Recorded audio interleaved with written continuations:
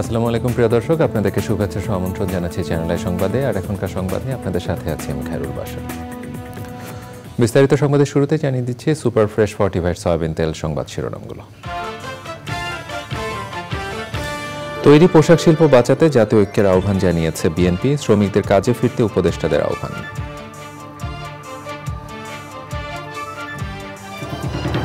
ধর্মীয় সাংস্কৃতিক স্থান ও মাজারের নিরাপত্তায় আইন শৃঙ্খলা রক্ষাকারী বাহিনীকে নির্দেশ। সম্প্রীতি নষ্টের অপচেষ্টা মোকাবেলায় প্রত্যয়। ছাত্র জনতার আন্দোলনে প্রতিটি হত্যার বিচার চান স্বজনেরা। প্রয়োজনীয় সংস্কারের পর সুষ্ঠু নির্বাচনে আশা করছে বিএনপি।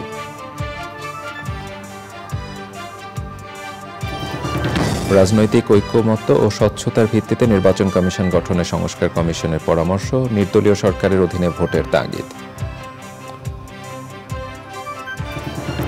বন্যায় ক্ষতিগ্রস্ত কৃষকের জন্য চারা উৎপাদন করছেন ড্যাফোডিল বিশ্ববিদ্যালয়ের শিক্ষার্থীরা। উৎসাহ যোগাচ্ছেন কৃষি বিজ্ঞানের বিভাগের একদল শিক্ষক। এবং সবুজে সাজায় বাংলাদেশ স্লোগানে রাঙামাটিতে প্রকৃতি ও জীবন ক্লাবের বৃক্ষরোপণ। বন্যা পরবর্তী ক্ষয়ক্ষতি কাটিয়ে ওঠার উদ্যোগে বিশিষ্টজনদের প্রশংসা।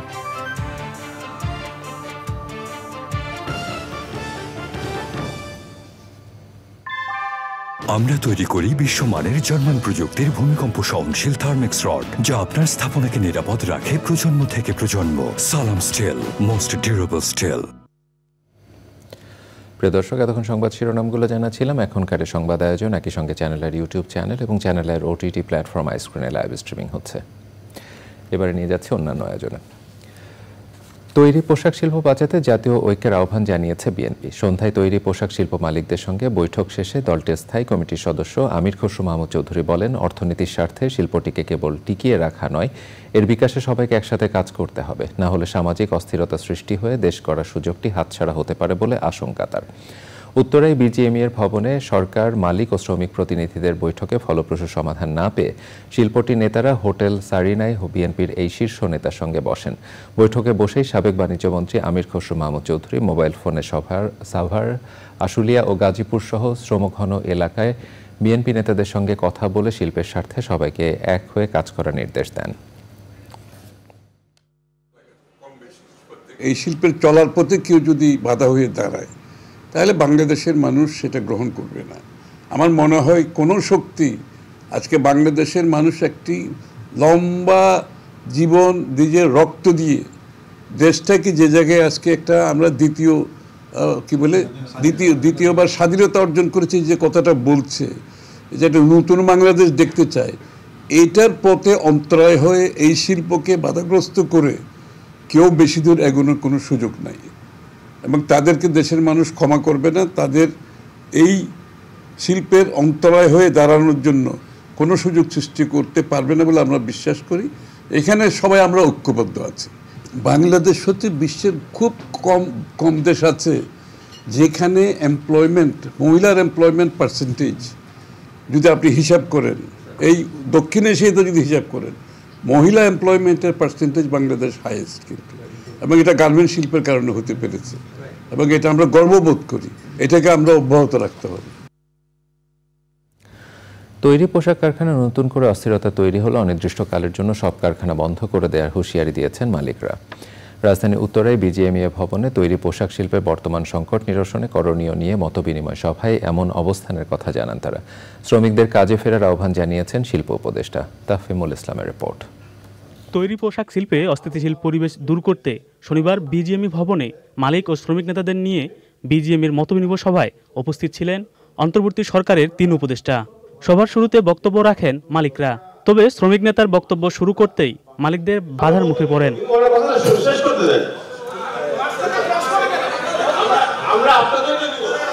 নির্দিষ্ট সমাধান না আসায় এক পর্যায়ে সভায় হট্টগোল শুরু হয়। এরপর চলে শ্রমিক নেতা, মালিক ও উপদেষ্টাদের আলোচনা। মালিকরা সিদ্ধান্ত নেয় আগামীকাল থেকে পোশাক কলকারখানা চালুর। আশুলিয়াতে কালকে আমরা সবাই খুলবো, যদি কোনো কারণে কোনো ফ্যাক্টরি বন্ধ রাখে আমাদের সেই ফ্যাক্টরিগুলিকে আমরা 13 রাকে বন্ধ দিয়ে ছাড়া আমাদের কোনো রাস্তা আমাদের থাকবে না। 13 রাকের তো নিয়মই তাই, 13 রাকের নিয়মই নো ওয়ার্ক নো পে। যদি কোনো ফ্যাক্টরিতে ফার্দার কোনো গন্ডগোল হয় বা কাজ বন্ধ রাখে, তার রেখে সেই ফ্যাক্টরি নো ওয়ার্ক নো পেতে বন্ধ হয়ে যাবে। শ্রমিকদের কাজে ফেরার আহ্বান জানান শ্রমিক নেতারা। আগামীকাল থেকে আপনাদের শিল্পের চাকা সচল রেখে যদি কোনো সমস্যা থাকে আপনারা আমাদের ফেডারেশনকে অবহিত করবেন, আমরা সরকারের দপ্তরে সেগুলো লিখিত দিয়ে সমাধান করে নিব। উপদেষ্টারা বলেন, পোশাক শিল্পে কেউ অস্থিতিশীল পরিবেশ সৃষ্টি করতে চাইলে কঠোর ব্যবস্থা নেওয়া হবে। তবে আপনাদেরকেও এগিয়ে আসতে হবে এবং আগামীকাল থেকেও যাতে কারখানাগুলো খোলা থাকে এবং আর কোনো কারখানা বন্ধ করতে না হয় সেটা নিশ্চিত করার জন্য শ্রমিক নেতৃবৃন্দ কাজ করবেন, এটা আমি আপনাদের থেকে প্রত্যাশা রাখি। কালকে শ্রমিকদের অনুরোধ জানানো হয়েছে যেন তারা দেখেন, নেতৃবৃন্দ আছেন যেন কালকে ফ্যাক্টরিগুলো চলে। যেই ফ্যাক্টরিতে কালকে সমস্যা হবে সেই সব ফ্যাক্টরির ব্যাপারে আমরা ব্যবস্থা নিব, আমরা বিশেষ ব্যবস্থা নিব। ফ্যাক্টরি বন্ধ করে দিয়ে দেশের অর্থনীতিকে ক্ষতিগ্রস্ত করার জন্য কোনো মহল চেষ্টা করে সেটাও আমরা মনে রাখবো। দেশের অর্থনীতিকে বাঁচাতে তৈরি পোশাক খাতকে রক্ষা করতে হবে বলেন 3 উপদেষ্টা। তাফহিমুল ইসলাম, চ্যানেল আই, ঢাকা। ধর্মীয় সাংস্কৃতিক স্থান এবং সুফি মাজারের নিরাপত্তা রক্ষায় আইন শৃঙ্খলা রক্ষাকারী বাহিনীকে নির্দেশ দিয়েছে অন্তর্বর্তী সরকার। মাজারে হামলা নিন্দা জানিয়ে ও হামলাকারীদের সতর্ক করে প্রধান উপদেষ্টার কার্যালয় থেকে পাঠানো বিবৃতিতে বলা হয়েছে, বিদ্বেষপূর্ণ বক্তব্য প্রদানকারী ও হামলাকারী অসাধু শক্তিকে আইনের আওতায় এনে তাদের বিরুদ্ধে কঠোর আইনি ব্যবস্থা নিতে কাজ করছে অন্তর্বর্তী সরকার। বাংলাদেশ হাজার বছর ধরে সাম্প্রদায়িক সম্প্রীতি ও শান্তিপূর্ণ সহাবস্থানের দেশ উল্লেখ করে বিবৃতিতে ধর্মীয় ও সাংস্কৃতিক সহিষ্ণুতা ও সম্প্রীতিকে বিঘ্নিত করার অপচেষ্টা দৃঢ়ভাবে মোকাবেলা করার প্রত্যয় ব্যক্ত করা হয়েছে। প্রয়োজনীয় সংস্কার এনে সুষ্ঠু নির্বাচনের মাধ্যমে অন্তর্বর্তী সরকার একটি গণতান্ত্রিক সরকার গঠন করবে বলে প্রত্যাশার কথা জানিয়েছেন বিএনপি মহাসচিব মির্জা ফখরুল ইসলাম আলমগীর। জাতীয়তাবাদী ছাত্রদলের আয়োজনে কেন্দ্রীয় শহীদ মিনারে বৈষম্য বিরোধী ছাত্র জনতার আন্দোলনে নিহতদের স্মরণে আয়োজিত সভায় তিনি বলেন, এই আত্মত্যাগের পর দেশকে গণতন্ত্রের পথে এগিয়ে নিয়ে যেতে হবে। প্রতিটি হত্যার বিচার দাবি করেছেন নিহতদের স্বজন ও অন্য রাজনৈতিক দলের নেতারা। রাহুল রায় রিপোর্ট। কেন্দ্রীয় শহীদ মিনারে ছাত্রদলের আয়োজনে বৈষম্য বিরোধী ছাত্র জনতার আন্দোলনে নিহতদের স্মরণ সভা শুরু হয় জাতীয় সঙ্গীতের মধ্য দিয়ে। বৈরী আবহাওয়া উপেক্ষা করে গণ অভ্যুত্থানে নিহতদের স্বজনরা আসেন দেশের বিভিন্ন জায়গা থেকে। অশ্রুসিক্ত হয়ে হত্যাকাণ্ডের বিচার চান তারা। ওরা বেশ দক্ষ, গুলিতে দেহ ছিন্ন ভিন্ন করে, কিন্তু বিবেক গুলি করার কোনো সমরাস্ত্র ওদের ভান্ডারে নেই। গুলি লেগে আহত আমার ভাই গুলি লাগার পরে চন্দ্রবিন্দু হসপিটালে সরকারের কাছে আমি বিচার চাই, আমার ছেলের জানি যে চোখ হয়েছে, আমার ছেলের জানি বিচার চাই। অন্য রাজনৈতিক দলের নেতারা সহ আরো অনেকেই অংশ নেন এই স্মরণ সভায়। আপনারা আমরা একত্রিত ছিলাম বলে বাংলাদেশকে নতুন ভাবে জয় আমরা এনে দিতে পেরেছি, তার জন্য আপনাদের সবাইকে অসংখ্য ধন্যবাদ। একটা অবাধ, সুষ্ঠু, নিরপেক্ষ নির্বাচনের মাধ্যমে জনপ্রতিনিধিদের কাছে ক্ষমতা হস্তান্তর করে জনগণের গণতান্ত্রিক বাংলাদেশ বিনির্মাণে তারা কাজ করে যাবে। এই বিজয় আমাদের সবার বিজয়। আমরা জানি কোনো কারণে এই শহীদদের আর যারা আত্মত্যাগ করেছে তাদের রক্তের সাথে বেইমানি না করি।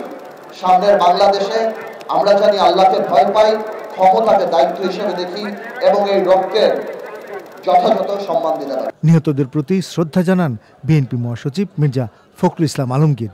অন্তর্বর্তী সরকারের কাছে গণতান্ত্রিক সরকার প্রতিষ্ঠার প্রত্যাশার কথা জানান তিনি।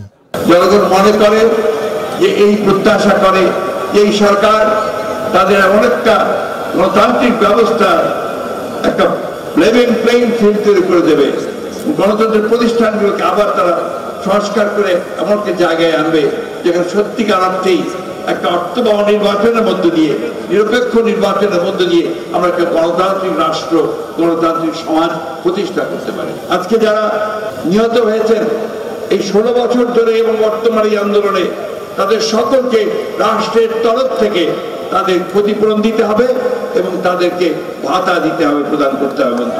মির্জা ফখরুল আরও বলেছেন, বিএনপি সবসময় গণতন্ত্রের পক্ষেই থাকবে। রাহুল রায়, চ্যানেল আই, ঢাকা। অন্তর্বর্তীকালীন সরকারের উপদেষ্টা সুষ্ঠু নির্বাচন করতে হলে তা দলীয় তার নির্দলীয় সরকারের অধীনে করতে হবে। তবে এই সিদ্ধান্ত নিতে হবে রাজনৈতিক দলগুলোকে। আর নির্বাচন কমিশন সংস্কারে কমিশনের প্রধান বলেছেন, রাজনৈতিক ঐক্যমত্য স্বচ্ছতার ভিত্তিতে নির্বাচন কমিশন গঠন করা উচিত। তবে এসব কাজে জনতার কথা যেন কেউ ভুলে না যায় তা স্মরণ করিয়ে দিয়েছেন ছাত্রনেতারা। মাজহারুল হক মান্নার রিপোর্ট। নির্বাচন কমিশন আইন নিয়ে পলিসি ডায়ালগের আয়োজন করে ডেমোক্রেসি ইন্টারন্যাশনাল। এতে অংশ নেন আওয়ামী লীগ ছাড়া বিএনপি ও জামায়াতে ইসলামী সহ বিভিন্ন রাজনৈতিক দলের নেতা, বিশ্ববিদ্যালয়ের শিক্ষক ও মিডিয়া ব্যক্তিরা। প্রধান নির্বাচন কমিশনার ও অন্যান্য নির্বাচন কমিশনার নিয়োগ আইন 2022 বাতিল করে শক্তিশালী সার্চ কমিটি গঠনের প্রক্রিয়া নিয়ে কথা বলেন বক্তারা। নিরপেক্ষ ব্যক্তিত্ব বলতে কিছু হয় না এখানে। হ্যাঁ, একটা কথা হতে পারে যেটা একজনে বলেছে, যেখানে আমাদের বিচার করতে হবে সৎ, যোগ্য, সাহসী। মূল চ্যালেঞ্জ হচ্ছে যখন যে সরকার থাকবে সে যেন সার্চ কমিটি এবং ইলেকশন কমিশনের নিয়োগটাকে নিয়ন্ত্রণ করতে না পারে। যে নির্বাচন কমিশনের জন্য সার্চ কমিটি গঠনের লক্ষ্যে অবশ্যই আইন প্রণয়ন করা উচিত এবং এক্ষেত্রে কমপক্ষে 5 শ্রেণীর লোকজনের সম্পৃক্ত থাকা উচিত। যে দেশে রাজনৈতিক সংস্কৃতির পরিবর্তনের দিকে আমাদের ধাবিত হতে হবে। মানে 5ই আগস্টের পর আমরা অসম্ভব এই কথাটা আমাদের ডিকশনারি থেকে বাদ দিয়ে দিই। আমরা প্ল্যান করি, আমাদের নিয়ত যদি সঠিক থাকে তাহলে অবশ্যই আমরা যে কোনো কিছুই প্রতিষ্ঠা করতে পারবো। আমরা যেন জনতাকে সবসময় মনে রাখি, আমরা যেন পথকে ভুলে না যাই। নির্বাচন কেন্দ্রিক যা কিছু করা হোক না কেন তার মূলে রাজনৈতিক দলগুলোকে থাকতে হবে বলে মত দেন অন্তর্বর্তীকালীন সরকারের উপদেষ্টা এবং নির্বাচন কমিশন সংস্কার কমিশনের প্রধান। যে স্বচ্ছতা ভিত্তিতে হওয়া উচিত এবং একই সাথে রাজনৈতিক ঐক্যমত্যের ভিত্তি হওয়া উচিত। এই ইলেকশনের জন্য there has to be a kind of a neutral government. সেটা আপনি কেয়ারটেকার করেন, ইলেকশন সম্বন্ধীয় ইলেকশন পিরিয়ডের একটা সরকার বলেন, এটা পলিটিক্যাল পার্টিকে ডিসাইড করতে হবে যে তারা এই স্পেসটুকু দেবে কি দেবে না। তবে রাজনৈতিক দলের নেতারা বলছেন তারা এমন নির্বাচন ব্যবস্থা দেখতে চান যা সবার কাছে গ্রহণযোগ্য হবে। মাজহারুল হক মান্না, চ্যানেল আই, ঢাকা। যুক্তরাষ্ট্রের প্রতিনিধি দলের সাথে বাংলাদেশ সফরকে ইতিবাচক এবং সম্পর্ক উন্নয়নের সুযোগ হিসেবে দেখছেন সাবেক রাষ্ট্রদূত হুমায়ুন কবির। তার মতে যুক্তরাষ্ট্রের শক্তিশালী এই প্রতিনিধি দলটি অর্থনৈতিক সহযোগিতা নিয়ে আলোচনার পাশাপাশি বাংলাদেশের পরিবর্তিত পরিস্থিতি এবং নতুন সরকার সম্পর্কে ধারণা নিতে চাইবে। প্রতিনিধি দলের প্রধান ব্র্যান্ট নেইম্যান ছাড়াও ঢাকায় পৌঁছেছেন যুক্তরাষ্ট্রের দক্ষিণ ও মধ্য এশিয়া বিষয়ক সহকারী পররাষ্ট্রমন্ত্রী ডোনাল্ড লু। পান্থুরহমান জানিয়েছেন বিস্তারিত। যুক্তরাষ্ট্রের পররাষ্ট্র দপ্তরের মধ্য ও দক্ষিণ এশিয়া বিষয়ক সহকারী পররাষ্ট্রমন্ত্রী ডোনাল্ড লু নামটি বাংলাদেশে বেশ পরিচিত। কয়েক দফা ঢাকা সফর করেছেন এই কূটনীতিক। রাজনৈতিক প্রেক্ষাপট আর মানবাধিকার ইস্যুতে সোচ্চার হয় প্রতিবারই ছিলেন আলোচনায়। Last year we know there were a lot of tensions between the United States and Bangladesh. Doctor ইউনূসের নেতৃত্বে অন্তর্বর্তী সরকার দায়িত্ব নেয়ার পর প্রথমবারের মার্কিন প্রতিনিধি দলে তাঁর উপস্থিতি কাম্যই ছিল। যদিও 6 সদস্যের এই প্রতিনিধি দলের নেতৃত্ব দিচ্ছেন দেশটির রাজস্ব ও অর্থ দপ্তরের আন্তর্জাতিক অর্থায়ন বিষয়ক সহকারী under secretary ব্রেন্ট Neiman. We want to find ways to strengthen our relationship. দ্বিপাক্ষিক সম্পর্ক উন্নয়ন ও বাংলাদেশের অর্থনৈতিক কাঠামো সংস্কারের বিষয়গুলো আলোচনায় প্রাধান্য পাবে বলে ধারণা করা হচ্ছে। সফরকে ইতিবাচক হিসেবে দেখছেন যুক্তরাষ্ট্রে বাংলাদেশের সাবেক রাষ্ট্রদূত হুমায়ুন কবির। আমরা IMF এর কাছে, ওয়ার্ল্ড ব্যাংকের কাছে, এডিবির কাছে $5 বিলিয়ন সহায়তা চাচ্ছি আমাদের এই অর্থনৈতিক ব্যবস্থাপনাটাকে একটু দাঁড় করাবার জন্য, এবং সেই সব ক্ষেত্রেই মার্কিন যুক্তরাষ্ট্র গুরুত্বপূর্ণ ভূমিকা পালন করতে পারে। তো কাজেই এই মুহূর্তে তারা যদি আমাদের বাস্তব অবস্থাটা উপলব্ধি করে এবং আমরা কেন এই জায়গায় পড়েছি এই কথাটা, এটা যদি তারা সম্যক উপলব্ধি করতে পারে, তাহলে তারা অনেক বেশি মোটিভেটেড হবে আমাদেরকে সহায়তা করাতে। এবং এটা তো সত্যি কথাই যে আমাদের এখান থেকে বড় ধরনের অর্থ পাচার হয়েছে, আর্থিক অব্যবস্থাপনা ছিল, আমাদের ব্যাংকগুলো ধ্বংস হয়েছে। তো এই সামগ্রিক চেহারাটা যদি তারা উপলব্ধি করতে পারে, তারা আমাদের সহায়ক হতে পারে। সাবেক এই কূটনীতিক মনে করেন পরিবর্তিত পরিস্থিতিতে নতুন বাংলাদেশ সম্পর্কে ধারণা নিতে চাইবে প্রতিনিধি দলটি। এই মুহূর্তে বাংলাদেশের পাশে দাঁড়াবার জন্য তো অন্য কেউ নাই, কাজেই সেই জায়গায় তারাই এসছে। আমরা তাদের সাথে, তারা এবং তাদের সেই সক্ষমতাটাও আছে, কাজে সেই সক্ষমতাটাকে আমরা কতখানি কাজে লাগাতে পারি সেই প্রচেষ্টাটা আমি মনে করি এই মুহূর্তে করা আমাদের জন্য খুবই উপাদেয় একটা বিষয় হবে বলে আমার ধারণা। প্রতিনিধি দলটি রোববার প্রধান উপদেষ্টা ডক্টর মোহাম্মদ ইউনূস, পররাষ্ট্র উপদেষ্টা তৌহিদ হোসেন, পররাষ্ট্র সচিব জসিমউদ্দিন এবং অর্থ ও বাণিজ্য উপদেষ্টা সালিউদ্দিন আহমেদের সঙ্গে সৌজন্য সাক্ষাৎ করবে। পান্থর রহমান, চ্যানেল আই, ঢাকা। বর্তমান প্রেক্ষাপটে নতুন গণতান্ত্রিক সংবিধান তৈরির জন্য গণ আলোচনার প্রয়োজন বলে মনে করে জাতীয় নাগরিক কমিটি। সংবাদ সম্মেলনে নাগরিক কমিটি সদস্যরা বলেন, গণ অভ্যুত্থানের মধ্য দিয়ে গণমানুষের যে আকাঙ্ক্ষার প্রতিফলন ঘটেছে তা সমুন্নত রাখতে সামাজিক, সাংস্কৃতিক ও রাজনৈতিক দল ও সংগঠনের সাথে মতবিনিময় সহ গণমুখী কর্মসূচি করবেন তারা। শহীদুল্লাহ রাজুর রিপোর্ট। 8ই সেপ্টেম্বর শহীদ মিনারে জাতীয় নাগরিক কমিটি গঠনের পর প্রথম সংবাদ সম্মেলন। জাতীয় ঐক্য তৈরির মাধ্যমে দেশ পুনর্গঠন ও ফ্যাসিবাদী শক্তির বিরুদ্ধে প্রতিরোধ অব্যাহত রাখার প্রত্যয় জানিয়েছে নাগরিক কমিটি। ফ্যাসিবাদী ব্যবস্থার বিলোপ এবং নতুন রাজনৈতিক বন্দোবস্ত কায়েমের লক্ষ্যে নাগরিক কমিটি সক্রিয় থাকবে। আমরা এই নাগরিক কমিটির মাধ্যমে জনগণের আকাঙ্ক্ষাকে একত্রিত করে ঘোষিত 8টি কার্যপরিধি বাস্তবায়ন করতে চাই। গণ অভ্যুত্থানের যে আকাঙ্ক্ষা তাকে আমরা হারিয়ে যেতে দেব না। ছাত্রশক্তি ডিজলভ হয়ে গেছে, ছাত্রশক্তি স্থগিত হয়ে গেছে। যে বর্তমানে বাংলাদেশের তরুণ, যুবক এবং নাগরিকদেরকে নিয়ে কাজ করার এবং তাদেরকে সাথে নিয়ে নতুন রাজনৈতিক বন্দোবস্তের জন্য কাজের একটা আগ্রহের জায়গা আমার আছে এবং আমি মনে করি যে সেই জায়গাটাতে বাংলাদেশের তরুণ যুবকরা আমাদের সঙ্গে মিলিত হবেন। সেই জায়গা থেকে এখানে কাজের প্রয়োজনীয়তা তৈরি হয়েছে। গণ অভ্যুত্থানে মানুষের আকাঙ্ক্ষার প্রতিফলন অনুযায়ী সংবিধান পুনর্লিখনের প্রয়োজনীয়তার কথা তুলে ধরা হয় সংবাদ সম্মেলনে। সংবিধানকে হলো নতুন করে লিখব এবং আমরা এই বিষয়গুলোতে ডিটারমাইন, কারণ আমাদের যে ৭১ সালে যে যুদ্ধ, মুক্তিযুদ্ধ হয়েছিল, সে সকল মুক্তিযুদ্ধের পরে ৭২ যে সংবিধানটা লেখা হয়েছিল সেটা হলো আমরা মনে করি যে ৭১ যে অভিপ্রায় ছিল সেটা পরিস্ফুটিত হয় নাই। রাষ্ট্রের জরুরি সংস্কার ও পুনর্গঠনের লক্ষ্যে অন্তর্বর্তী সরকারের সাথে সহযোগিতা ও জবাবদিহিতার পরিষদ তৈরি করার কথা জানিয়েছে জাতীয় নাগরিক কমিটি। সার্চ কমিটির মাধ্যমে কমিটি গঠন করা হবে জেলা উপজেলায়। Shahidullah Raju, channel I, Dhaka. অর্থ উপদেষ্টা বলেছেন, জনগণ কিছুটা অস্থির হয়ে গেছে, তারা সরকারের কাছ থেকে কাজ দেখতে চায়। অর্থ এবং শিক্ষা মন্ত্রণালয়ের মতো সবখানে দৃশ্যমান উন্নতি করতে আরও খানিকটা সময় দিতে হবে বলেও মনে করেন তিনি। জাতীয় রাজস্ব বোর্ডের আলোচনায় সংস্থার চেয়ারম্যান করদাতাদের উপর জুলুম না করে তাদের জন্য উত্তম সেবা নিশ্চিত করার আহ্বান জানান।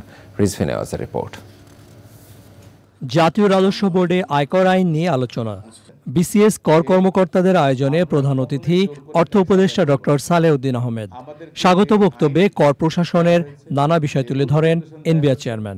ট্যাক্স পেয়াররা যাতে গ্রো করে সেটা আপনাদের খেয়াল রাখা লাগবে, এবং যেটা আমাদের অর্থ উপদেষ্টা মহোদয় এর আগেও একটা প্রোগ্রামে বলেছেন যে আমরা কখনোই জোর করে ট্যাক্স আদায় করব না। আমাদেরকে যে আইন দেওয়া হয়েছে, যে রুলস রেগুলেশন দেওয়া হয়েছে, আমরা এটা পরিপূর্ণভাবে পরিপালন করে কর আদায় করব, যাতে করে কারো উপরে জুলুম না হয়। আপনারা যদি ধর্মে বিশ্বাস করেন তাহলে আপনি খেয়াল করবেন যে এই জুলুমের দায় কিন্তু একান্তই আপনার। আর্থিক খাত, বিশেষ করে ব্যাংকিং খাতে আস্থা এবং রাজস্ব আয়ে গতি ফেরানো সরকারের জন্য সবচেয়ে বড় চ্যালেঞ্জ বলে স্বীকার করেন অর্থ উপদেষ্টা। তো এমনি লোকজন একটু অস্থির হয়ে গেছে 1 মাস। আমাকে বলে 1 মাস হয়ে গেল, তোমরা এখনো কি দেখাচ্ছ না পারফরমেন্স। যাও, আমি অ্যাটলিস্ট বলি যে আর্থিক ক্ষেত্রে মোটামুটি এই কালো টাকা সাদা করার জন্য এসে করেছি, ব্যাংক এক্সেলে রিফর্ম হচ্ছে, রেভিনিউতে রিফর্ম হচ্ছে। সরকার যেন কোনো রকম অর্থের অপচয় না করে, এটা হলো সবচেয়ে বড় প্রিন্সিপাল। লক্ষ্য করতে হবে আমরা যেন পরমুখাপেক্ষী না হই। একটা কথা আছে ইংরেজিতে, if your hand is somebody else's pocket, if he moves you have to move. আপনার হাতটা যদি আমার পকেটে থাকে, আমি ডান দিয়ে গেলে আপনিও যাবেন, বা দিয়ে গেলে আপনিও যাবেন, সেটা কিন্তু হারে হারে আমরা উপলব্ধি করছি। আরেকটা জিনিস, আমাদের অর্থের একটা সবচেয়ে বড় অপচয় হয় আমি দেখতে পারলাম, যে আমাদের যে প্রকল্পগুলি নেওয়া হয় এটা কিন্তু অনেক সময় not based on felt needs. রাজস্ব আহরণে লক্ষ্যমাত্রা পূরণে সর্বোচ্চ চেষ্টার প্রতিশ্রুতি দেন বিসিএস ট্যাক্স কর্মকর্তাদের নেতা লুৎফুল আজিম। Rizvi Newaz, channel I, Dhaka.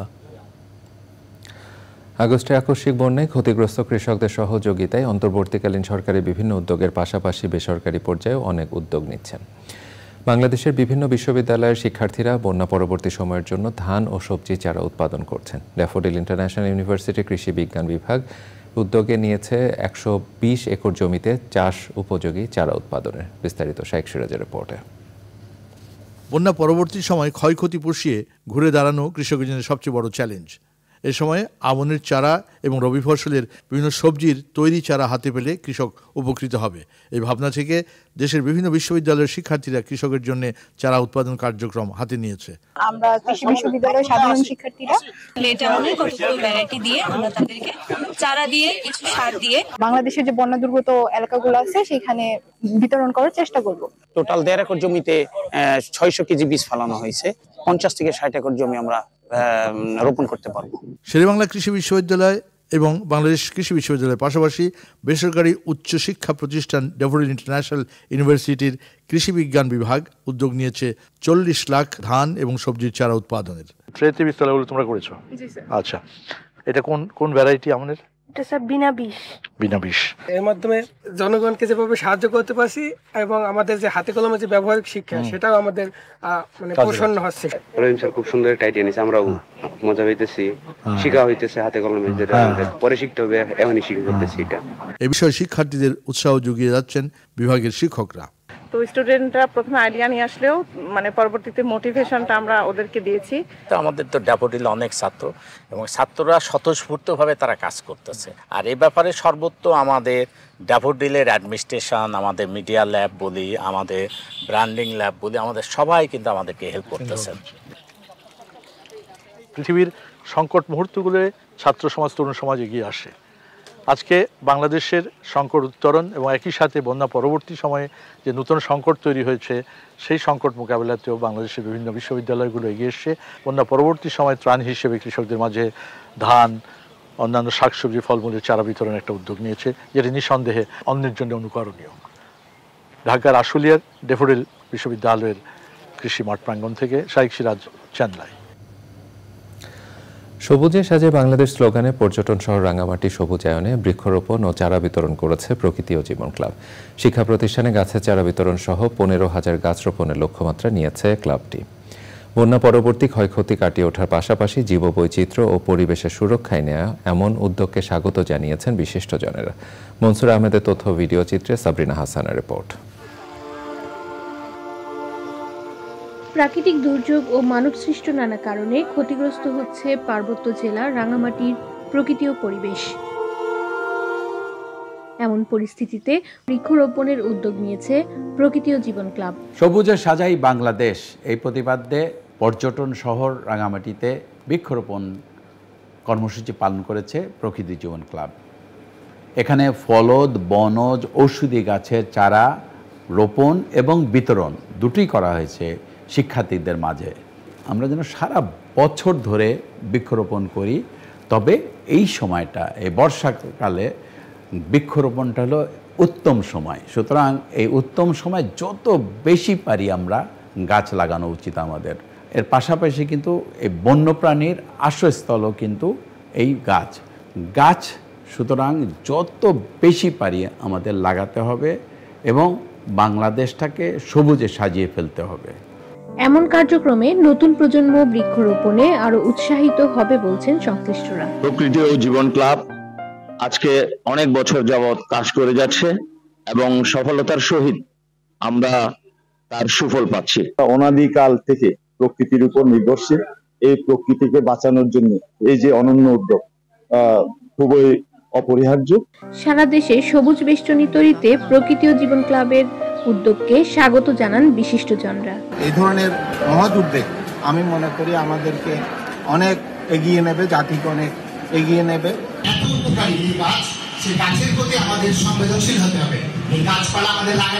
দুর্গম পাহাড়ি অঞ্চলেও প্রকৃতি ও জীবন ক্লাবের এই উদ্যোগ ছড়িয়ে দেওয়ার আহ্বান স্থানীয়দের।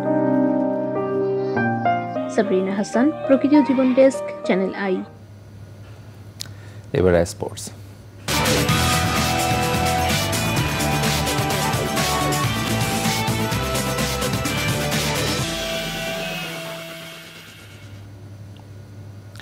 খেলাধুলা সব আপডেট নিয়ে স্পোর্টসে আছেন আরিফ চৌধুরী, যাচ্ছি তার কাছে। আরিফ। বাসার ধন্যবাদ আপনাকে। দর্শক স্বাগত জানাই আজকের আই স্পোর্টসে। আর আয়োজনের শুরুতেই রয়েছে বাংলাদেশ ফুটবল ফেডারেশনের খবর। বাংলাদেশ ফুটবল ফেডারেশনে সালাউদ্দিন জামানার অবসান হচ্ছে। 4 মেয়াদে মোট 16 বছর বাফুফের সভাপতির দায়িত্ব পালনের পর এবার বিদায়ের কথা শুনিয়েছেন কাজী মোহাম্মদ সালাউদ্দিন। আগামী 26 অক্টোবর বাফুফের নির্বাচন, সেখানে প্রতিদ্বন্দ্বিতা করছেন না তিনি। সালাউদ্দিন কমিটির বিপক্ষে ছিল অনিয়ম দুর্নীতির লম্বা সমালোচনা। তারপরও বয়সভিত্তিক টুর্নামেন্টে বাংলাদেশের পুরুষ ও নারী দলের সাফল্যকে তার সময়ের সেরা প্রাপ্তি হিসেবে দেখছেন সালাউদ্দিন। রিপোর্ট করেছেন তানফির আহমেদ। ছাত্র জনতার আন্দোলনে গত 5 জুলাই শেখ হাসিনা সরকারের পতনের পর পদত্যাগের হিড়িক পড়ে দেশের ক্রীড়াঙ্গনের হর্তাকর্তাদের। বাংলাদেশ ফুটবল ফেডারেশনের সভাপতি কাজী সালাউদ্দিনের পদত্যাগের দাবি জানিয়ে আন্দোলনও হয়েছে, কিন্তু পদ আঁকড়ে ধরে রাখতে তিনি ছিলেন মরিয়া। শেষ পর্যন্ত দায়িত্ব ছাড়ার চূড়ান্ত ঘোষণা দিলেন বাফুফের সভাপতি। পদত্যাগ না করলেও 26 অক্টোবর বাফুফের আসন্ন নির্বাচনে অংশ না নেওয়ার কথা জানিয়েছেন বাফুফের ইতিহাসে সবচেয়ে দীর্ঘমেয়াদের সভাপতি। I consider myself to be very lucky যে এই সুযোগ আমার জীবনে আসছে। তো এখন যে কামিং ইলেকশন আসতেছে 26 অক্টোবরে, এই ইলেকশনে আমি কন্টেস্ট করব না। So that's my final decision. Requirement ছিল, ডিমান্ড ছিল যাতে ইলেকশনটা পিছায়। তো অ্যাকর্ডিং টু দ্যাট রিকোয়েস্ট আমরা ফিফার কাছে চিঠি দিয়েছিলাম। তো এই কপিটা আপনাদেরকে দিয়ে দিবে। চিঠির উত্তর দিয়ে দিয়েছে যে ইলেকশন কোনোভাবে একদিনও পিছানো যাবে না, এটা ফিফা ইনস্ট্রাকশন দিয়ে দিয়েছে। বাংলাদেশ ফুটবলের আগামী দিনের জন্য জানিয়েছেন শুভকামনা। ঘটনাবহুল তার 16 বছরের সভাপতির মেয়াদে সার্ক অঞ্চলের বয়সভিত্তিক ফুটবলে লাল সবুজের দলের সাফল্যকে তৃপ্তিদায়ক বলছেন সাবেক এই ফুটবল তারকা। লেটস হোপ যে বাংলাদেশ ফুটবল ফেডারেশনের যারা আরো উন্নতি হয়, বাংলাদেশ ফুটবল ফেডারেশন যেন এই ফিউচারে খুব ভালোভাবে থাকে এবং ফুটবল যেন ভালোভাবে থাকে। অ্যাটলিস্ট আমার একটা মনে খুশি আছে যে last under 20 sub championship champion হয়ে আমি যেতে পারছি। So that is a good thing for me. 2008 সালে প্রথমবার বাফুফের সভাপতি নির্বাচনে জয়ী হন কাজী সালাউদ্দিন। তার সভাপতি পদের 4 মেয়াদের অনিয়ম ও বিধি বহির্ভূত কর্মকাণ্ডের জন্য বাফুফের সিনিয়র সহ সভাপতি, বেতনভোগী সাধারণ সম্পাদক সহ বেশ কয়েকজন কর্মীকে বিভিন্ন মেয়াদে শাস্তি দেয় FIFA. Tanvir Ahmed, channel I, Dhaka. ভারতের বিপক্ষে আইসিসি বিশ্ব টেস্ট চ্যাম্পিয়নশিপের 2 ম্যাচের সিরিজ খেলতে রোববার দুপুরে দেশ ছাড়ছে বাংলাদেশ ক্রিকেট দল। চ্যালেঞ্জিং সিরিজের জন্য দেশ ছাড়ার আগে পাকিস্তানের সাথে সদ্য টেস্ট সিরিজ জয়ের বোনাস তুলে দেওয়া হয়েছে নাজমুল হোসেন শান্ত ও তার দলকে। রাজধানীর একটি হোটেলে বিসিবি ঘোষিত সিরিজ জয়ের বোনাস বাবদ মোট 3 কোটি 20 লাখ টাকা পাকিস্তানের বিপক্ষে সিরিজ জয়ী বাংলাদেশ টেস্ট দলের 16 ক্রিকেটার এবং কোচিং স্টাফের হাতে তুলে দেন যুব ও ক্রীড়া উপদেষ্টা আসিফ মাহমুদ সজীব ভূঁইয়া। পাকিস্তান সফরে 2 টেস্ট ও সিরিজ জয়ের জন্য সব মিলিয়ে প্রত্যেক ক্রিকেটার মাথাপিছু পাচ্ছেন 15 লাখ টাকা। কোচিং স্টাফ সদস্যদের জন্য থাকছে আলাদা বোনাস। বোনাসের একটা অংশ বন্যার্তদের জন্য করা ত্রাণ তহবিলে দেওয়ার কথা জানিয়েছেন ক্রিকেটাররা।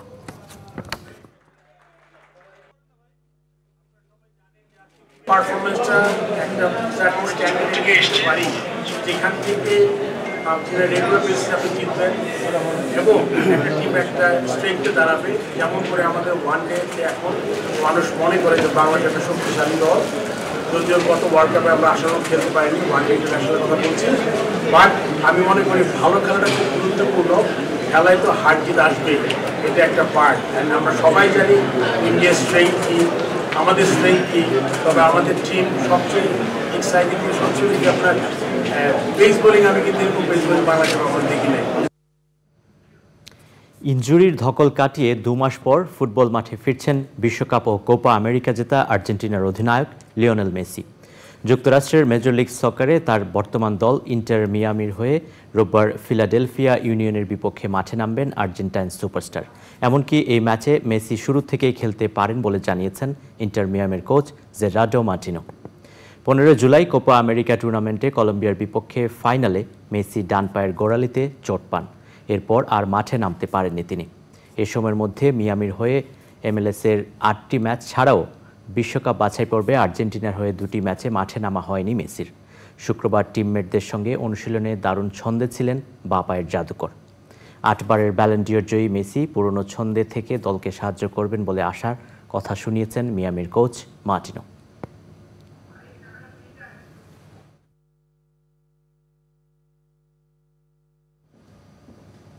দর্শক, এই ছিল আজকের আই স্পোর্টসে। আপনাদের আবারও ফিরে নিচ্ছি বাসার কাছে।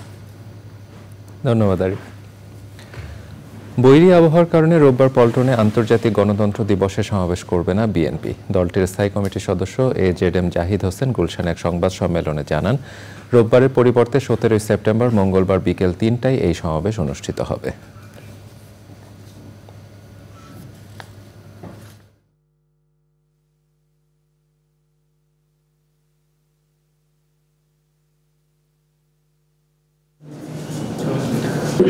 সেপ্টেম্বর নয়াপল্টন পার্টি অফিসের সামনে, এবং এই সমাবেশটি গণতন্ত্রের সমাবেশ ইনশাল্লাহ হবে এবং আমরা আশা করছি ওই সময় আবহাওয়ার অবস্থা মোটামুটিভাবে আমরা খোঁজ খবর নিয়ে দেখেছি অনেকটা এখনকার চেয়ে অনেক ভালো থাকবে। প্রিয় দর্শক, সংবাদের এ পর্যায়ে নিচ্ছে একটি বিরতি, আর বিরতির পরে দেখবেন ইউক্রেনকে দূরপাল্লার ক্ষেপণাস্ত্র হামলার অনুমতি দেয়া নিয়ে আসেনি সিদ্ধান্ত, ওয়াশিংটনে বাইডেন স্টারমার বৈঠক।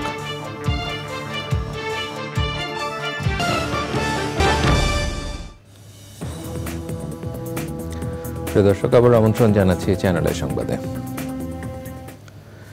দেশের আইন শৃঙ্খলা পরিস্থিতি নিয়ন্ত্রণে গুরুত্ব না দিলে অনেক সমস্যায় পড়তে হবে বলে মনে করেন সাবেক সেনা কর্মকর্তারা। জুলাই আগস্ট বিপ্লবে সশস্ত্র বাহিনীর অবদান ও বিপ্লবোত্তর ভূমিকা নিয়ে রাজধানীতে retired arm forces officers welfare association rava আয়োজিত সেমিনারে বক্তারা বলেন, পুলিশ প্রায় অকার্যকর, ট্রাফিক ব্যবস্থাপনা কাজ করছে না। গণ অভ্যুত্থানের সময় সেনা প্রধানের ভূমিকার প্রশংসা করে তারা বলেন, তিনি ওই সময়ে যেসব পদক্ষেপ নিয়েছিলেন তা না নিলে দেশে গৃহযুদ্ধ লেগে যেত। বক্তারা নানা ইস্যুতে ভারতের সমালোচনা করেন।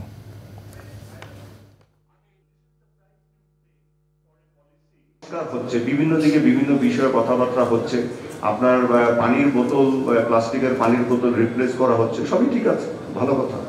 কিন্তু আইন শৃঙ্খলা পরিস্থিতি, ন্যাশনাল সিকিউরিটি, আমাদের গোয়েন্দা সংস্থাগুলোর মানে আপনার আবার ঠিকভাবে যে অ্যাক্টিভেট করা, এই সমস্ত কিছু হচ্ছে না। আমরা আগামী দিনগুলোতে খুব শান্তিতে থাকবো।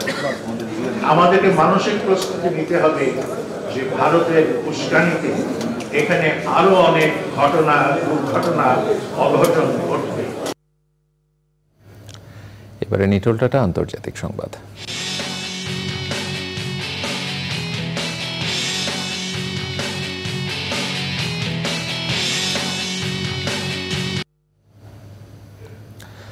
রাশিয়া সীমানার ভিতরে ইউক্রেনকে দূরপাল্লার ক্ষেপণাস্ত্র হামলার অনুমতি দেওয়ার বিষয়ে কোনো সিদ্ধান্ত হয়নি। ওয়াশিংটনে মার্কিন প্রেসিডেন্ট জো বাইডেনের সঙ্গে বৈঠকের পর কথা জানান যুক্তরাজ্যের প্রধানমন্ত্রী কিয়ার স্টারমার। এবছরের শুরুর দিকে ইউক্রেনকে দূরপাল্লার ক্ষেপণাস্ত্র সরবরাহ করে যুক্তরাষ্ট্র। তবে এসব ক্ষেপণাস্ত্র রুশ সীমান্তের ভেতরে হামলায় ব্যবহারের জন্য ইউক্রেন অনুমতি চাইলেও পশ্চিমা মিত্ররা অনুমোদন দেয়নি। এদিকে ক্ষেপণাস্ত্র হামলা চালাতে ইউক্রেনকে অনুমতি দেওয়ার বিষয়ে পশ্চিমা দেশগুলোকে হুঁশিয়ারি দিয়েছেন রুশ প্রেসিডেন্ট ভ্লাদিমির পুতিন। তিনি বলেছেন, যদি দূরপাল্লার অস্ত্র দিয়ে রাশিয়ায় হামলা চালানো হয় তা হবে রাশিয়ার সঙ্গে ন্যাটোর যুদ্ধ। 2022 সালে ফেব্রুয়ারিতে ইউক্রেনের ভূখণ্ডে সর্বাত্মক হামলা শুরু করে রুশ বাহিনী। এবারে আইস্ক্রিন সাংস্কৃতিক সংবাদ।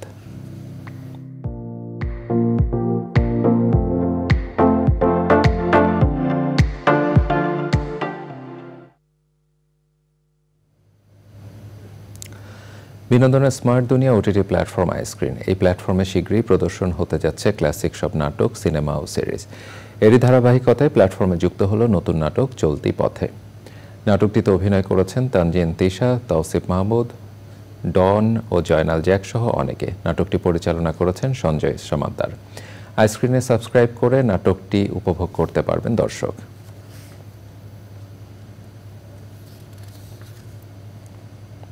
এবারে কৃষি সংবাদ।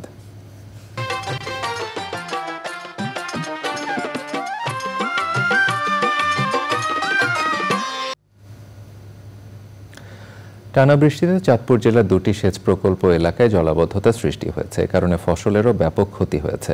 মৌসুমের এই সময়ে আখ কাটার আগেই ক্ষতির সম্মুখীন হয়েছেন চাষিরা। মোর্শেদ আলমের পাঠানো ভিডিও চিত্রে আল মুকসিদের রিপোর্ট। বহু বছর ধরেই চাঁদপুরে আখের আবাদ হয়ে আসছে। বিশেষ করে চাঁদপুর গ্যান্ডারি নামের আখ বেশি আবাদ হয় এ জেলায়। সম্প্রতি টানা বৃষ্টিতে জলাবদ্ধতা তৈরি হয় চাঁদপুর সদর, ফরিদগঞ্জ ও মতলব উত্তর উপজেলায়। এ কারণে কৃষকেরা বিপাকে পড়েছেন। বন্যার কারণে এখন 12,000 টাকা দিছে ব্যাপারী। কোলার সব আখ নষ্ট হয়ে গেছে, ঝল্লা খুঁড়ে গেছে। আখের দামটা কম, মানে কৃষকের জন্য খুব মারের মধ্যে আছে আর কি, বেরিয়ে নিয়ে লসে আছে। নষ্ট হয়ে যাইতে যাই যে এখন উঠাইতেছি, অর্ধেক পাইছি আর অর্ধেক পাই না।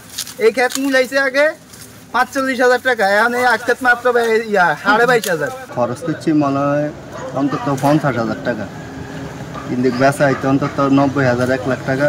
কিন্তু এখন সব বন্যে মানে আখ ফড়িয়ে যায়, আমি মার খেয়ে গেছি। এবছর জেলায় 605 হেক্টর জমিতে আখের আবাদ হয়েছে। শুধুমাত্র আখই নয়, অন্যান্য ফসল আবাদে কৃষকদের প্রযুক্তিগত পরামর্শ দিচ্ছে কৃষি সম্প্রসারণ অধিদপ্তর। এই ক্ষতিগ্রস্ত কৃষকদেরকে এখন আমরা পরামর্শ দিচ্ছি, আপাতত পানি সরার পর তারা যাতে একটু ছত্রাকনাশক ব্যবহার করে।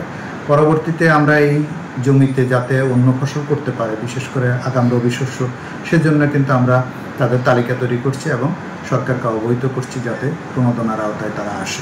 জলাবদ্ধতার কারণে আখ বাজারজাতকরণ নিয়েও দুশ্চিন্তায় কৃষকেরা। আল মুকসিদ, চ্যানেল আই। এবারে প্রকৃতি সংবাদ।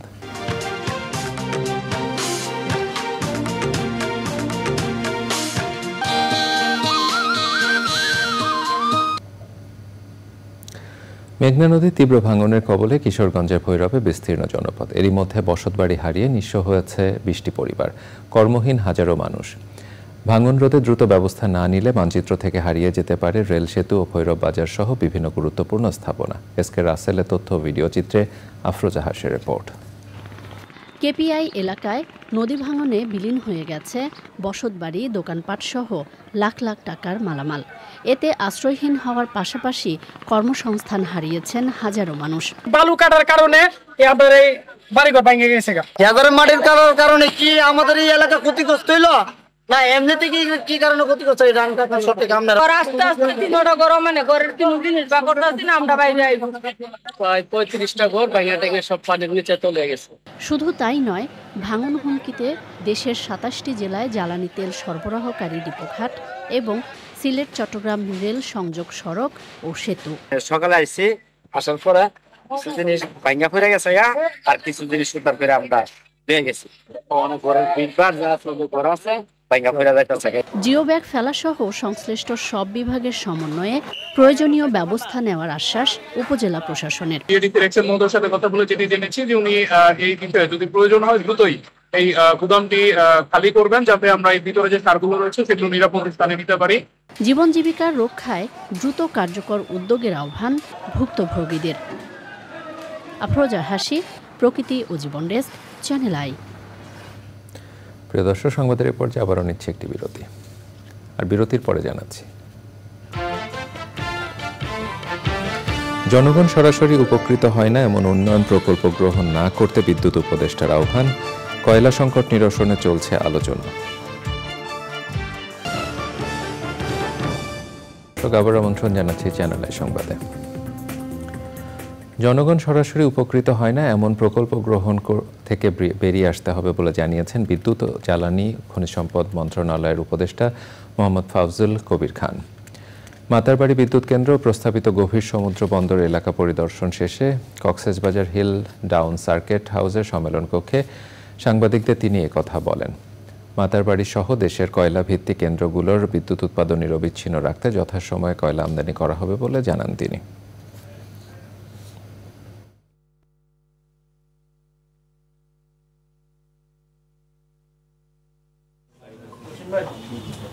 যার সুবিধার জন্য প্রকল্প করা হয়, সাধারণ মানুষ তাদের কোনো সুবিধা নাই আর কি। তো ওই জন্য আমরা এই দুই জিনিসটাকে একত্র করার চেষ্টা করবো আর কি, যে ওই যারা প্রকল্প করেন তাদের সুবিধা, কিংবা যারা প্রকল্পের ঠিকাদার তাদের সুবিধা, কিংবা বিদেশি দাতাদের সুবিধা হবে, সেটার জন্য তো প্রকল্পের উদ্দেশ্য হওয়া উচিত না। প্রকল্পের উদ্দেশ্য হওয়া উচিত মানুষের সুবিধা। নারী মৈত্রী, সেভ দ্য চিলড্রেন বাংলাদেশ এবং সাফের সহযোগিতায় কৃষিবিদ ইনস্টিটিউট বাংলাদেশে চাকরি মেলা হয়েছে।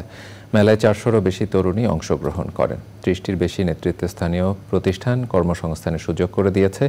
এই উদ্যোগ শহর ও আশেপাশের অঞ্চলে তরুণীদের অর্থনৈতিক ক্ষমতায়নে নতুন দিগন্ত উন্মোচন করবে বলে জানিয়েছেন আয়োজকরা। অনুষ্ঠান উদ্বোধন করেন নারী মৈত্রী নির্বাহী পরিচালক শাহিন আক্তার ডলি।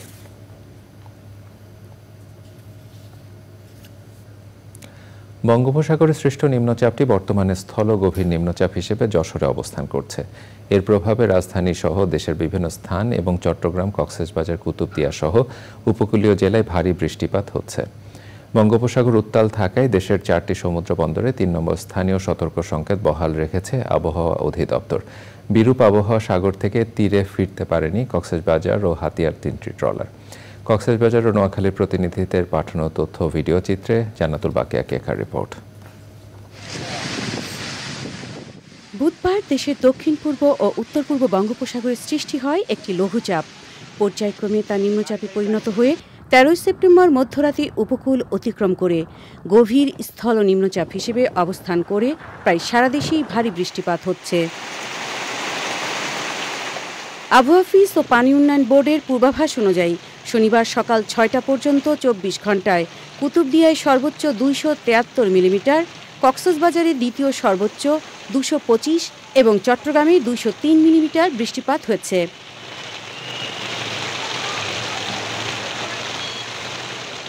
এর আগে শুক্রবার সকাল 6টা পর্যন্ত 378 এবং পরবর্তী 12 ঘন্টায় আরও বৃষ্টিপাত হয়ে 36 ঘন্টায় রেকর্ড 501 মিলিমিটার বৃষ্টিপাত হয়েছে কক্সবাজারে। অতি ভারী বৃষ্টিতে জেলার 50টি গ্রামের মানুষ পানিবন্দী। প্রচুর বৃষ্টির কারণে আর অনেক ক্ষয়ক্ষতি বলতে এই মানে ফসল জমি ক্ষয়ক্ষতি, এই বাড়িঘর ক্ষয়ক্ষতি, রাস্তাঘাট ক্ষয়ক্ষতি, অনেক বেশি বৃষ্টি। প্রচুর বৃষ্টি, আমরা ঘর থেকে বাইরে হতে পারিনি। অনেক বৃষ্টি, আমরা ঘর থেকে বাইরে হতে পারিনি। বৃষ্টির সাথে ঝোড়ো ও দমকা হাওয়ায় কক্সবাজার উপকূলে 6টি মাছ ধরার ট্রলার ডুবে গেছে। এ পর্যন্ত 3 জেলের মরদেহ উদ্ধার করা হয়েছে, নিখোঁজ অনেকে। সকালে পানি জন্য রাস্তা রাস্তায় মানে যার মানে বড় ধরনের বিল্ডিং আছে তার কাছে আছে নিজে। এখন আমরা আশ্রয় দিচ্ছি, বাড়িঘরে রান্না করতে পারতেছে না, চুলার মধ্যে পানি ঢুকে গেছে। আমাদের সব বাচ্চা কাচ্চা এখন কালকে থেকে নাকি অনেক হাহাকার করতেছে। কোথাও যাবো, যাওয়ার কথা রাস্তা নেই। ঝড়ের কবলে পড়ে নোয়াখালীর দ্বীপ উপজেলার মেঘনা নদীতে 10টি মাছ ধরার ট্রলার ডুবির ঘটনা ঘটেছে। 5টি ট্রলার সহ 8 মাঝি এখনো নিখোঁজ। এইবারের পানিটা খুব বেশি, অন্যান্য অতি নিকটে এ ধরনের বন্যা এবং বাড়ি বর্ষণ হয়নি। এবার যেটা দেখলাম এটা অস্বাভাবিক পানি। নিখোঁজদের উদ্ধারে তৎপরতা চলছে। জান্নাতুল বাকিয়া কেকা, চ্যানেল আই। চট্টগ্রাম প্রিমিয়ার বিশ্ববিদ্যালয়কে সাবেক মেয়র এবিএম মহিউদ্দিন চৌধুরী এবং তার সন্তান সাবেক শিক্ষামন্ত্রী মহিবুল হাসান চৌধুরী নাওফেল নিজেদের পারিবারিক সম্পত্তি বানিয়েছেন বলে অভিযোগ করে সংবাদ সম্মেলন করেছে শিক্ষার্থীরা। চট্টগ্রাম প্রেস ক্লাবে অনুষ্ঠিত সংবাদ সম্মেলনে দ্রুত সময়ের মধ্যে বিশ্ববিদ্যালয়টি পরিচালনা পর্ষদ গঠন করে দুর্নীতির সাথে জড়িতদের বিরুদ্ধে ব্যবস্থা নেওয়ার আহ্বান জানানো হয়। এছাড়াও বিশ্ববিদ্যালয়ের শিক্ষার্থীদের উপর হামলা ও হত্যার জড়িতদের বিচারের দাবি জানান শিক্ষার্থীরা। বিশ্ববিদ্যালয়ের আইন বিভাগের শিক্ষার্থী বায়াত উল্লাহ বায়াত, ব্যবসা প্রশাসনের শিক্ষার্থী ফরহাদুল ইসলাম সহ বৈষম্য বিরোধী ছাত্র আন্দোলনের শিক্ষার্থীরা উপস্থিত ছিলেন। চট্টগ্রামে মহানগর মুসলিম লীগের সমাবেশ অনুষ্ঠিত হয়েছে। মেট্রোপলিটন সাংবাদিক ইউনিয়ন মিলনায়তনে কেন্দ্রীয় ধর্ম বিষয়ক সম্পাদক মাওলানা মোহাম্মদ জহিরুল আনোয়ারের সভাপতিত্বে সমাবেশে বক্তৃতা করেন চট্টগ্রাম মুসলিম লীগের কেন্দ্রীয় ভারপ্রাপ্ত সভাপতি অ্যাডভোকেট মহসিন রশিদ, কেন্দ্রীয় মহাসচিব কাজী আবুল খায়ের, সহসভাপতি Rotarian M A Matin, Liaquat Ali, কাজী নাজমুল হাসান সেলিম, সাংবাদিক কামরুল হুদা সহ অন্যরা। এ সময় বক্তারা বলেন, সংবিধান ও রাষ্ট্র কাঠামো সংস্কার ছাড়া ছাত্র জনতার বিশাল আত্মত্যাগ অর্থহীন হয়ে যাবে। সংবাদের এ পর্যায়ে আবারও নিচ্ছে একটি বিরতি, আর বিরতির পরে দেখবেন প্রিয় দর্শক, আবার আমন্ত্রণ জানাচ্ছি চ্যানেল আই সংবাদে। এবারে খেলার খবর।